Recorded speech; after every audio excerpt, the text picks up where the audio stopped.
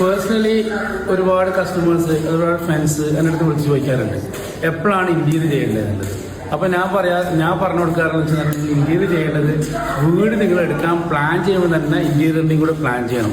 കാരണം എന്തുകൊണ്ടാണെന്ന് വെച്ചാൽ അല്ലെങ്കിൽ അറ്റ്ലീസ്റ്റ് തേപ്പ് എടുക്കുന്നതിന് മുമ്പെങ്കിലും ഇന്റീരിയർ നിങ്ങൾ പ്ലാൻ ചെയ്യണം. അത് എന്തുകൊണ്ടാണെന്ന് വെച്ചാൽ റിപ്പീറ്റ് കണ്ടെങ്കിൽ ഇവിടെ ഇപ്പോൾ കട്ട് ചെയ്തില്ലേ, ഇതുപോലെ ഒരുപാട് കട്ട് ചെയ്യാനും മുറിക്കാനും തേക്കാനും കുറേ ഉണ്ടാവും. കാരണം ഓരോ ബെഡ്റൂമിൻ്റെ അകത്ത് ഞാൻ തന്നെ ഓരോ ബെഡ്റൂമിനകത്ത് പോയി കണ്ടിട്ടുണ്ട് 10, 15, 16 കുറേ പോയിന്റ്സ് ഒക്കെയാണ് കൂടുതലിട്ട് കണ്ടിട്ടുണ്ടാവുക. അപ്പോൾ ശരിക്കും ആ പോയിന്റ്സ് നമുക്ക് കുറേ ഒഴിവാക്കാൻ പറ്റും, കുറേ വയറിങ് നമുക്ക് ഒഴിവാക്കാം, കുറേ ലാബർ നമുക്ക് ഒഴിവാക്കാൻ പറ്റും. ശരിക്കും വീട് ഇന്റീരിയർ ചെയ്യേണ്ടത് വീട് നിങ്ങൾ എടുക്കാൻ വേണ്ടി പ്ലാൻ ചെയ്യുന്നതിന് മുമ്പ് തന്നെ ഇന്റീരിയറിൻ്റെ കൂടെ നിങ്ങൾ പ്ലാൻ ചെയ്യണം. എന്നാൽ മാത്രമേ അത് ക്ലിയർ ആവുള്ളൂ.